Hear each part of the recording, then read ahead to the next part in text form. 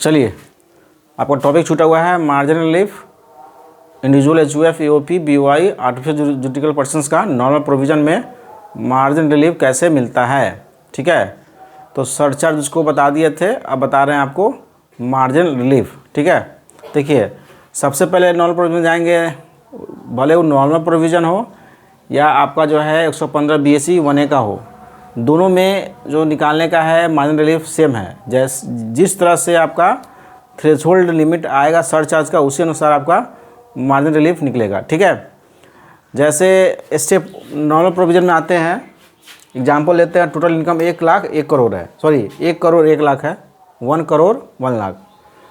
तो स्टेप 1 में क्या करेंगे कि जो भी 1 करोड़ 1 लाख है उस पर टोटल इनकम पे टैक्स निकाल देंगे और जितना सरचार्ज अप्लीकेबल होगा उसको जोड़ेंगे। सरचार्ज अप्लीकेबल कितना है, अगर 1 करोड़ से अधिक है, 2 करोड़ तक तो 15%, तो 15% जोड़ेंगे तो मेरा आएगा 28,42,500 और 15% जोड़ेंगे सरचार्ज तो आएगा 32,68,875।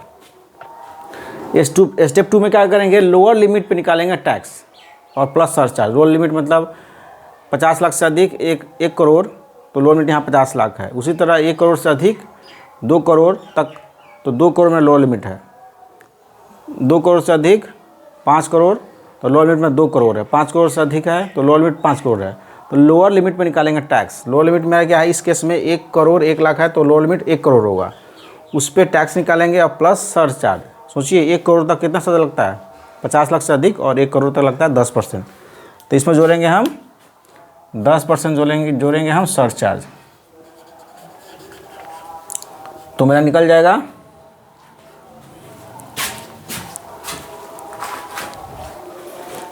मेरा निकलेगा 281,2500 का 10% प्लस ये हो गया 30,93,750। स्टेप 2 हो गया। स्टेप 3 में क्या करना है, टोटल इनकम जो एग्जांपल में दिया हुआ है, टोटल इनकम, उसमें से लोअर लिमिट माइनस करेंगे। कितना माइनस करेंगे, लोअर लिमिट कितना बताया है, 1 करोड़। तो टोटल इनकम मेरा है 1 करोड़ 1 लाख है, माइनस 1 करोड़ माइनस करेंगे तो मेरा निकल जाएगा 1 लाख। ठीक है, स्टेप 3 हो गया। टोटल इनकम में से 1 करोड़ माइनस करेंगे तो 1 लाख हो गया। स्टेप 4 में क्या करना है, स्टेप 2 और स्टेप 3 को जोड़ देना है। स्टेप 2 प्लस स्टेप 3 को जोड़ना है। स्टेप 2 में कितना निकला था, 30,93,750 प्लस 1 लाख, ये हो गया 31,93,750 हो गया। स्टेप 5 में आइए,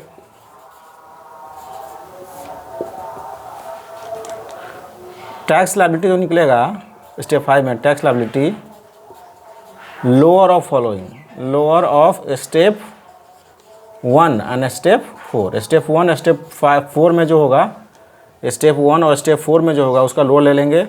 तो स्टेप 1 में है 32 लाख कुछ करके है, स्टेप 4 में 31 लाख कुछ करके, 31 लाख होगा कुछ, 31,93,750। ठीक है,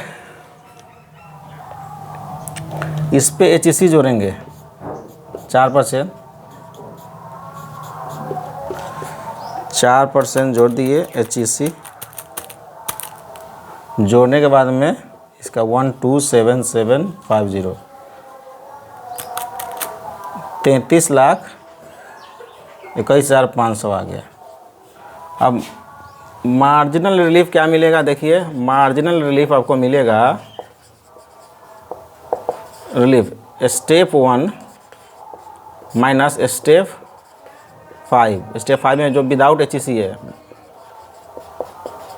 HEC ये जो हम प्रीवियस वीडियो में बताए हुए थे कि हाँ बाय एरर जो है गलती हो गया था वीडियो में कि स्टेप 5 में जो है जो HEC के साथ हम घटा दिए थे, वो एरर मिस्टेक है, करेक्ट कर लीजिएगा।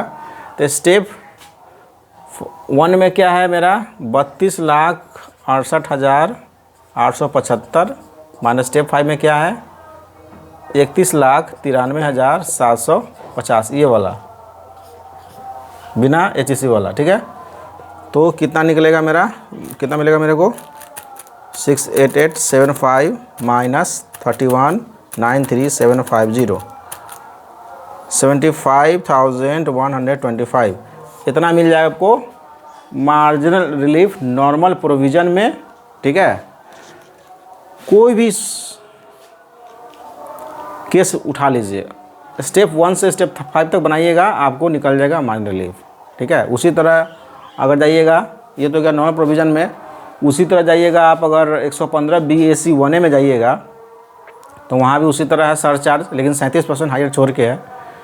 ठीक है, तो उसमें जैसे जैसे थ्रेशोल्ड होगा वैसे वैसे आपको मार्जिनल रिलीफ मिलेगा। जैसे 50 लाख से अधिक और 1 करोड़ तक है, वहाँ भी आपको पहले मान लीजिए कि 51 लाख दिया हुआ है टोटल इनकम, तो टोटल इनकम 51 लाख है, तो पहले टोटल इनकम पे टैक्स कैलकुलेट करेंगे और उस पर प्लस सरचार्ज करेंगे 10%। क्यों? क्योंकि वो 50 लाख से अधिक है तो सरचार्ज लगता है 10%। तो टोटल इनकम 51 लाख पे पहले निकालेंगे टैक्स लायबिलिटी या प्लस सरचार्ज जोड़ देंगे 10%। तो 51 लाख पर सर निकलेगा कैसे टैक्स लायबिलिटी? तो नॉर्मल प्रोविज़न में तो ऐसे अप टू 2 लाख करते हैं, फिर 2 लाख से 50 लाख तक तो नील होता है। लेकिन आपको 115 BAC जो ऑप्ट करते हैं उसमें क्या होता है, उसमें जो है अप टू 3 लाख तक नील होता है। 3 लाख से 6 लाख तक 5%, 6 से 9 जो है 10%, 9 से 12 15%, 12 से 15 20% और 15 लाख से ऊपर जो है आपका 30% लगता है। वैसे करके निकाल दीजिएगा टोटल इनकम और प्लस सरचार्ज जोड़ दीजिएगा 10%। स्टेप 2 में क्या कीजिएगा, 51 लाख अगर टोटल इनकम, स्टेप 2 में क्या कीजिएगा, लोअर लिमिट पे निकालिएगा। लोअर लिमिट कितना होगा, 50 लाख, उस पर निकाल दीजिएगा और सरचार्ज होगा नहीं क्योंकि वो 50 लाख से अधिक नहीं है। स्टेप 3 में क्या कीजिएगा, टोटल इनकम में से माइनस कर दीजिएगा लोअर लिमिट। टोटल इनकम मेरा 51 लाख है और लोअर लिमिट है 50 लाख, तो 1 लाख हुआ। ये स्टेप 4 में क्या कीजिएगा, स्टेप 2 और स्टेप 3 को जोड़ दीजिएगा और स्टेप 5 में स्टेप 1 और स्टेप 4 का जो लोअर होगा वो आप ले लीजिएगा। तो वो होगा टैक्स लायबिलिटी, उसमें HSC जोड़ दीजिएगा 4%, तो टैक्स लायबिलिटी हो जाएगा। और मार्जिनल रिलीफ क्या होगा, तो स्टेप 1 में से माइनस कर दीजिएगा स्टेप 5 विदाउट HSC वाला। ठीक है, तो निकल जाएगा मार्जिनल रिलीफ। हर केस में यही होगा आपको। ठीक है, अगर आप लोग को मार्जिनल रिलीफ का अलग से अगर क्लैरिफिकेशन चाहिए, डाउट क्लियर करना है, तो एक अलग से सिर्फ उसी पे वीडियो बना देंगे। ठीक है, हर केस का अलग अलग, नॉर्मल प्रोविज़न का अलग और 115 BAC का अलग। ठीक है, ऐसे बहुत आसान है, लेकिन समझा देंगे तो जो है कि अब और भी आसान हो जाएगा आपको। ठीक है, अब शुरू करने जा रहे हैं। हो गया individual, HUF, EOP, BOI, artificial juridical person का इनकम टैक्स रेट और सरचार्ज और मार्जिनल रिलीफ आपको लगभग समझा दिए।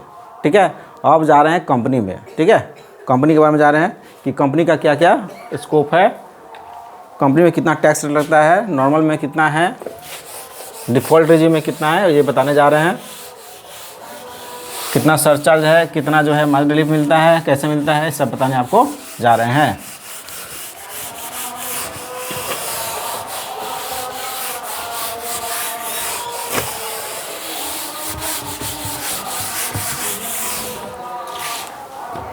देखिए, कंपनी है, हम इनकम टैक्स लॉ में 2 प्रकार से कंपनी को बांटते हैं टैक्स लगाने के लिए। एक बोलते हैं उसको डोमेस्टिक कंपनी और एक बोलते हैं फॉरेन कंपनी।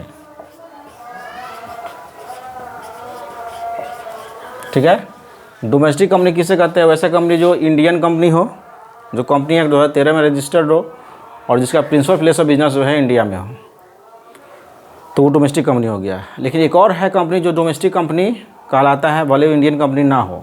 तो कौन सा है, तो वैसे कंपनी जो अपने शेयर होल्डर को डिविडेंड डिक्लेयर करने के लिए प्रिस्क्राइब अरेंजमेंट कर लिया है। तो प्रिस्क्राइब अरेंजमेंट क्या क्या होता है, तो जितना भी मीटिंग होता है इंडिया में हेल्ड हो रहा है, शेयर रजिस्टर सारा शेयर होल्डर का इंडिया मेंटेन हो रहा है और जो भी डिविडेंड पेएबल है इंडिया में पेएबल है। ठीक है, तो ये प्रिस्क्राइब अरेंजमेंट है, उसको ही बोलते हैं डोमेस्टिक कंपनी। तो डोमेस्टिक कंपनी का रेट जो है अलग अलग है, एक तो जाता है नॉर्मल प्रोविज़न में, एक जाता है आपका कॉन्सेशनल रेट ऑफ टैक्स में, मतलब डिफ़ॉल्ट रेजिम में। अब आइए, डोमेस्टिक कंपनी जो है वो जाएगा नॉर्मल प्रोविज़न में। नॉर्मल प्रोविज़न जाना है तो जाइए, ऑप्शन है आपके पास, या कॉन्सेशनल रेट ऑफ टैक्स में जाइए,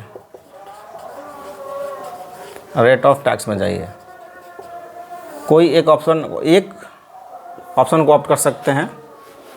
तो नॉर्मल प्रोविजन में रेट ऑफ टैक्स क्या है, ठीक है, rate of tax, rate of income tax. Normal provision में देखिए इसका दो भाग मारते हैं नॉर्मल प्रोविजन में, एक होता है 25%, एक होता है 30%। तब 25% का होगा जब डोमेस्टिक कंपनी का टर्नओवर या gross receipt in previous year 2021 और 22 डज नॉट एक्सीड 400 करोड़, तो ऐसे में 30%, समझे। अगर प्रीवियस ईयर जाना देखना पड़ेगा आपको कि 21-22 में अगर उस कंपनी का, डोमेस्टिक कंपनी का अगर टर्नओवर या ग्रॉस रिसिप्ट 400 करोड़ से अधिक नहीं है तो ये प्रीवियस ईयर 2023-24 में आपको 25% लगेगा टैक्स रेट। अदर केस में क्या लगेगा, 30%। ये तो समझ में आ गया आपको। सर इसका सरचार्ज बताइए, सरचार्ज बताइए, ठीक है, ओके। ये तो रेट ऑफ टैक्स हो गया। अब आइए इसका सरचार्ज, नॉर्मल प्रोविजन का है सरचार्ज, ये है रेट ऑफ टैक्स था। अब आइए सरचार्ज,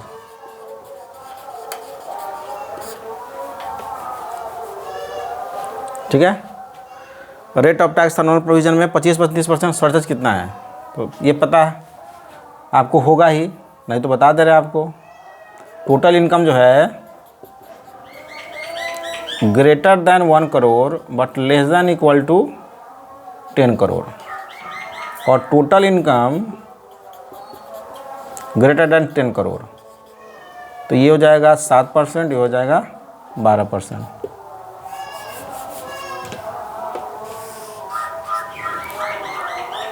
इनकम टैक्स रेट कितना है आपका नॉर्मल प्रोविजन में 25%, टर्नओवर 21-22 में अगर 400 करोड़ से अधिक नहीं है, अप टू 400 करोड़ है तो 25% लगेगा, नहीं तो अदर केस में 30%। और इस पर सरचार्ज कितना लगेगा, अगर ये डोमेस्टिक कंपनी का अगर टोटल इनकम 1 करोड़ से अधिक है लेकिन 10 करोड़ तक है, ठीक है, तो उस केस में जो है सरचार्ज लगेगा 7%, 7%। अगर टोटल इनकम जो है 10 करोड़ से अधिक है तो आपको लगेगा 12%, सरचार्ज हो गया। चलिए, तो रेट ऑफ टैक्स भी हो गया और सरचार्ज भी हो गया। सर इसका मार्जिन रिलीफ यस मिलेगा,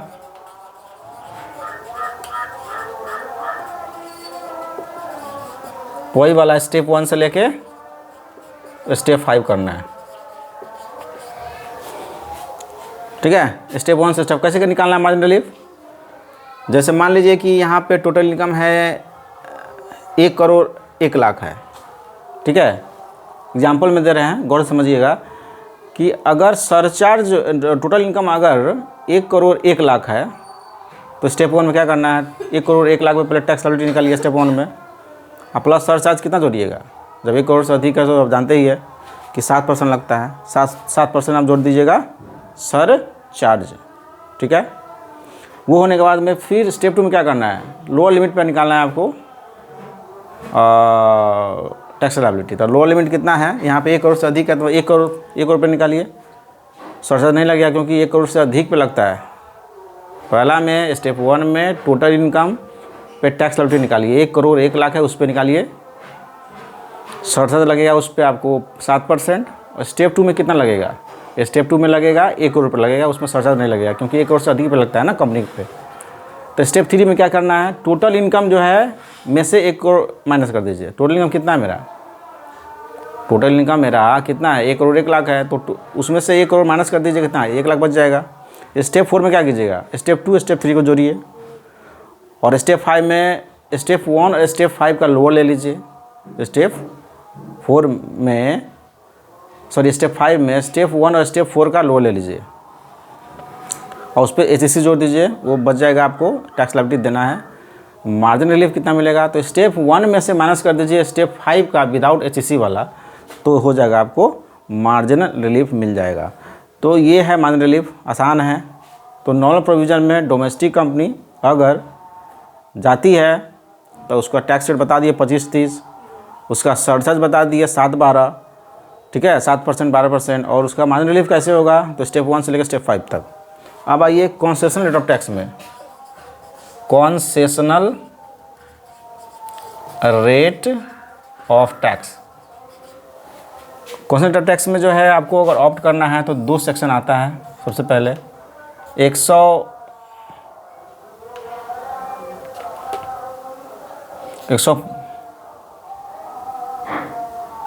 BAA और 115 BAB, 2 सेक्शन आता है।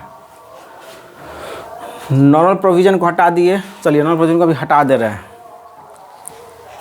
नॉर्मल प्रोविज़न हटा दे रहे हैं तो आपको समझ में आएगा अच्छा से। नॉर्मल प्रोविज़न हो गया। अब आइए concessional rate of tax. Normal provision में पहला था, डोमेस्टिक कंपनी में पहला था नॉर्मल प्रोविज़न, अब है concessional rate of tax. Concessional rate of tax, ठीक है, इसका 2 सेक्शन है, 115 BAA और यह है 115 BAB, ठीक है। इसका टैक्स रेट बताइए सर। इसका टैक्स रेट है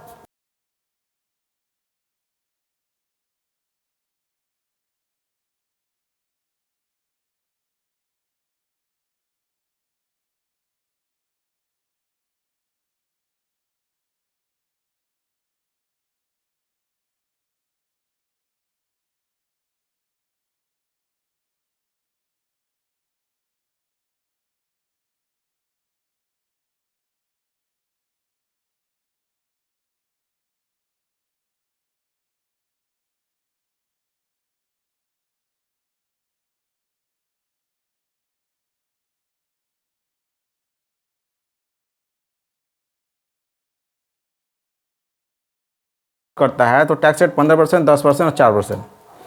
सर ये तो बता दिए कि 115 BAA 115 BAB क्या होता है।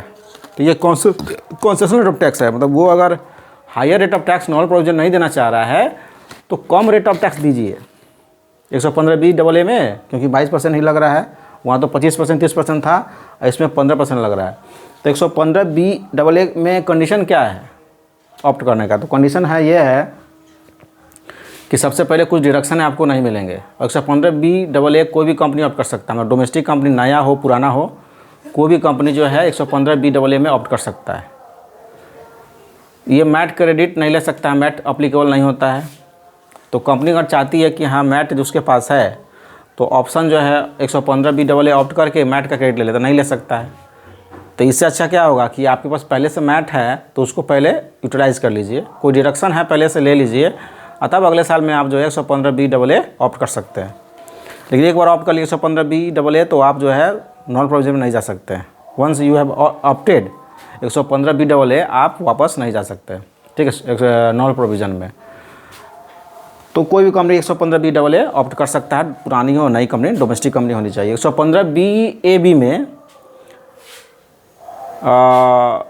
सिर्फ न्यू कंपनी जो मैन्युफैक्चरिंग कंपनी है, जो गुड्स एंड आर्टिकल्स को प्रोड्यूस करता है या पावर जनरेशन करता है, वो सेटअप और रजिस्टर हुआ है 1/10/2019 को या उसके बाद, ठीक है, 1/10/2019 या उसके बाद। लेकिन वो कमेंस कर दिया मैन्युफैक्चरिंग करना 31/3/2024 से पहले। मैन्युफैक्चरिंग करना कमेंस कब कर दिया, शुरू कब कर दिया है, 31/3/2024 से पहले। तो उस केस में 115 BAB ऑप्ट मतलब वो कर सकता है। लेकिन ये ऑप्ट उसी साल करना पड़ेगा जिस साल में नया कंपनी का निर्माण हुआ है। क्यों? वेरी फर्स्ट ईयर, क्योंकि नई कंपनी है, उसी साल करना पड़ेगा। इसमें कोई ऑप्शन नहीं है जो आपके पास, इसमें भी मैट अप्लीकेबल नहीं होता है और क्रेडिट आप यूटिलाइज नहीं कर सकते हैं मैट का, ठीक है। अब क्या खास बात है इसमें कि यहाँ जो इतना कम रेट लग रहा है 15% या 22% लग रहा है 115 BAA में, कुछ डिडक्शन है जो कि मिलता था नॉर्मल प्रोविजन में नहीं मिलेगा। जैसे 10 AA का सेज का जो डिडक्शन नहीं मिलेगा। 33 AB का मतलब हुआ आपका जो है टी कॉफ़ी रबर जो था उसका मैन्युफैक्चरिंग उसी करते थे, तो उसमें 40% प्रॉफिट का, इनकम का आपको जो है डिडक्शन मिलता था, ठीक है, प्रॉफिट का, वो नहीं मिलेगा। 33A का मतलब हो गया आपका कि जो भी है आप एक्सट्रैक्शन करते हैं मिनरल्स ऑयल का, नेचुरल गैस का, इसका डिडक्शन मिलता था 20% 33ABA में, उसका डिडक्शन नहीं मिलेगा, ठीक है। उसके बाद में आपको एडिशनल डेप्रिसिएशन का डिडक्शन नहीं मिलेगा, ठीक है। 35AD जो इन्वेस्टमेंट लिंक डिडक्शन है उसका नहीं मिलेगा। उसके बाद में आपके पास 33 आपका जो था 33 में डिडक्शन जो था कि scientific research, social science research association को आप कंट्रीब्यूशन करते हो, उसका भी डिडक्शन इसमें नहीं मिलेगा, ठीक है। 35CCC और 35CCD, ठीक है, उसका भी डिडक्शन नहीं मिलेगा। 35CCC का मतलब हुआ कि एग्रीकल्चर एक्सटेंशन प्रोजेक्ट का डिडक्शन मिलता था, नहीं मिलेगा। और स्किल डेवलपमेंट प्रोजेक्ट 35CCD का वो भी नहीं मिलेगा। चैप्टर 6 का डिडक्शन नहीं मिलेगा एक्सेप्ट 80JJAA और 80M को छोड़ के आपको डिडक्शन नहीं मिला। कुछ setup and carry forward losses है जो इस सेक्शन में सब जितने सेक्शन बताए हैं उसमें आते हैं, उसका भी सेटअप नहीं कर सकते आप। तो ये सब चीज़ आपको 115BAA और 115BAB ऑप्ट की जाए तो नहीं मिलेगा, ओके। जो domestic company 115BAA 115BAB opt कर रहे हैं उसको मार्जिनल रिलीफ नहीं मिलेगा, ठीक है। बोलिएगा सर क्यों नहीं मिलेगा? No marginal relief, no marginal relief.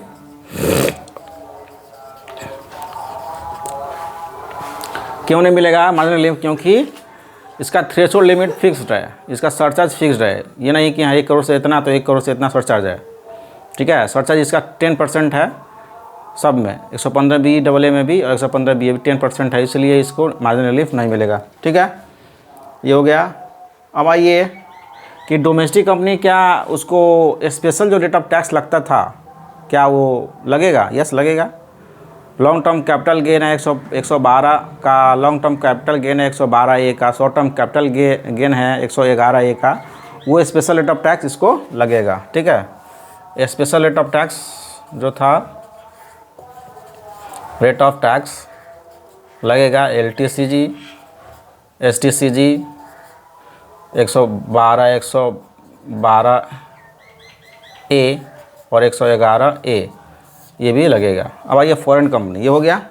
Domestic company का बता दिया नॉर्मल प्रोविज़न, ठीक है, का rate of tax, surcharge, marginal relief. और स्पेशल रेट ऑफ टैक्स मतलब कंसेशन रेट ऑफ टैक्स का बता दिए 115BAA 115BAB का रेट ऑफ टैक्स, सरचार्ज और मार्जिनल रिलीफ भी मिलेगा, नहीं मिलेगा इसमें। स्पेशल रेट ऑफ टैक्स जो है डोमेस्टिक कंपनी का वो भी मिलेगा LTCG, STCG 112, 112A, 111 में। फॉरेन कंपनी का रेट ऑफ देखिए, फॉरेन कंपनी का मुख्यतः जो है 50% तो ऐसे है फी फॉर टेक्निकल सर्विसेज वाला ये सब है, लेकिन वो बहुत पहले का, ये 40% आपको लगता है। और रेट ऑफ टैक्स तो सर सरचार्ज कितना लगेगा? सरचार्ज में देखिए 1 करोड़ से टोटल इनकम अगर 1 करोड़ से अधिक है but less than equal to 10 crore है और टोटल इनकम जो है 10 करोड़ से अधिक है, ठीक है, greater than 1 crore, greater than 10 crore. 1 crore से अधिक लेकिन 10 करोड़ या 10 करोड़ से कम है या 10 करोड़ से अधिक है तो इसका लगेगा 2% पहला का, दूसरा का लगेगा 5%। टोटल इनकम अगर फॉरेन कंपनी का 1 करोड़ से अधिक 10 करोड़ तक है तो 2% लगेगा सरचार्ज, और 10 करोड़ से अधिक है तो लगेगा आपको 5% लगेगा, ठीक है। तो सर क्या इसको भी मार्जिनल रिलीफ मिलेगा? यस मिलेगा। क्यों नहीं मिलेगा? यस मार्जिनल रिलीफ मिलेगा क्योंकि इसका थ्रेशोल्ड लिमिट है सरचार्ज का, वही स्टेप 1 से लेके स्टेप 5 तक, जैसे निकालना है वैसे निकाल सकते हैं स्टेप 5 तक। तो आई होप आपको समझ में आ गया होगा। कि कंपनी का जो डोमेस्टिक कंपनी फॉरेन कंपनी का टैक्स रेट, सरचार्ज और मार्जिन रिलीफ हो गया कंप्लीट। अब आपको नेक्स्ट क्लास में बताएंगे कि अच्छा थोड़ा सा बता दे रहे हैं, ज़्यादा नहीं है।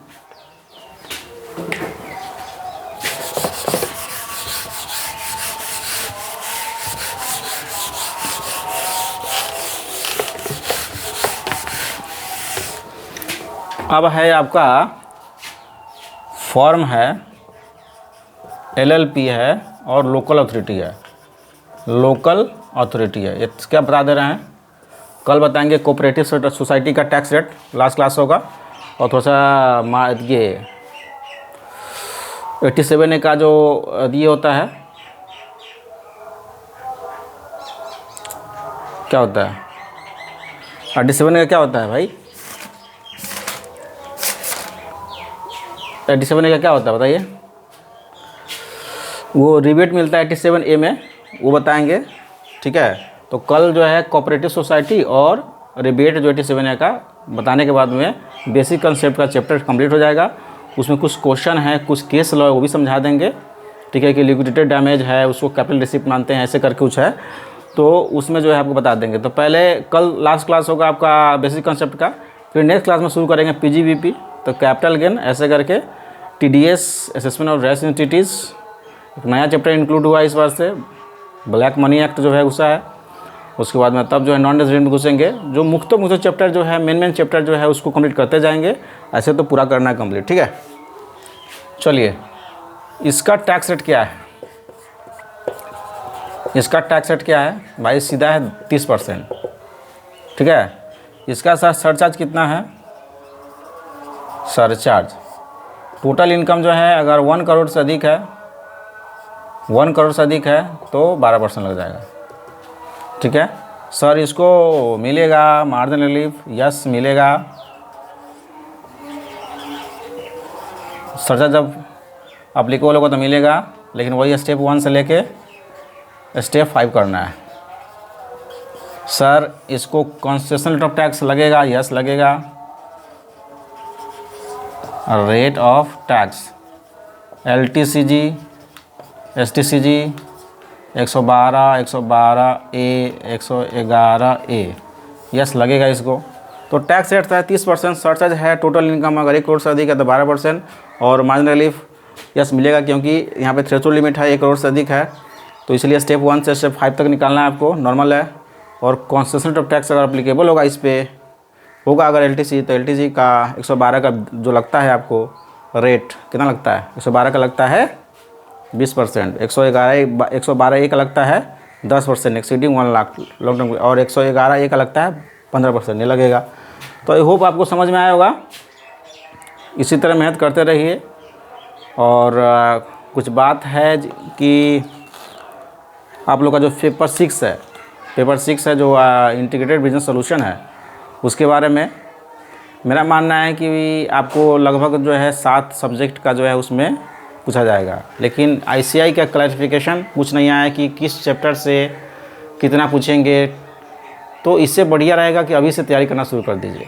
ऐसे तो जो फर्स्ट ग्रुप दे रहे हैं तो उसके लिए तो नहीं है, लेकिन जो सेकेंड ग्रुप दे रहे हैं और जो फर्स्ट ग्रुप निकाल चुके हैं या दोनों ग्रुप दे रहे हैं, तो आपको 7 को पेपर पढ़ना पड़ेगा। पहला जो है FR है, दूसरा जो है आपको SFM है, ऑडिटिंग है, और DT है, IDT है, ठीक है, और जो लॉ पेपर है और SCMP है, ये सब मिला के आपको जो पूछा जाएगा। तो कहाँ से मेन पूछा जाएगा आपको डिटेल में पढ़ना पड़ेगा। तो आपको 7 विषय का जानकारी रखना ज़रूरी है। आप जो है एग्ज़ाम सेंटर पे बोरा लेके, झोला लेके, लाद के नहीं ले जा सकते हैं, ठीक है। एक बुक था जो आपके पास में इलेक्टिव पेपर था, तो उसको ले जाने में हालत ख़राब हो जाता था, समझ रहे होंगे। इलेक्टिव पेपर जो है आप ले जाते होंगे तो केस स्टडी लेना है, केस स्टडी डाइजेस्ट ले जाना है, मॉक टेस्ट पेपर ले जाना है, सारा जो है बुक ले जाना है, और भी ऑथर का सब ले जाके वहाँ पे, और 4 घंटे में आपको खोजना है। तो हमको नहीं लगता है कि जब 7 चैप्टर है उसमें, इकोनॉमिक्स लॉ में मान लेते हैं 7 चैप्टर है, उसको खोजने में पूरा नहीं कर पा रहे स्टूडेंट लोग। इस वक्त एग्ज़ाम हुआ है तो एग्ज़ाम में जो है सारे क्वेश्चन नए आए थे। तो इस केस में आप नहीं खोज पाए या खोजने गए तो समय गया आपके पास, तो सातों विषय का जो है बुक स्ट्रिप ले जाइएगा, सोचिएगा कि हम पास कर जाएंगे, पॉसिबल नहीं है। आपको सबका नॉलेज लेना पड़ेगा। इससे अच्छा है कि आपको जो टीचर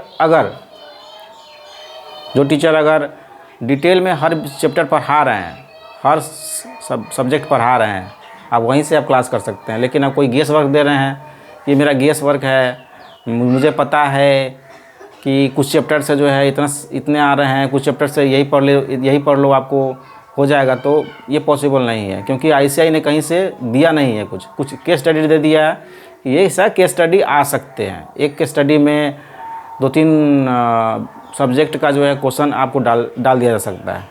तो तैयारी आपको करना पड़ेगा, पूरे का करना पड़ेगा। आई होप्स आप लोग समझ रहे होंगे। ठीक है, तो आज के लिए क्लास यहीं तक रखते हैं। कल फिर आते हैं। कल जो है कोऑपरेटिव सोसाइटी और डिबेट जो 87A का बताएंगे, और कल बेसिक कंसेप्ट कंप्लीट होगा। उसके बाद में फिर PGBP, कैपिटल गेन और ऐसे करके सारे चैप्टर कंप्लीट करेंगे। Thank you.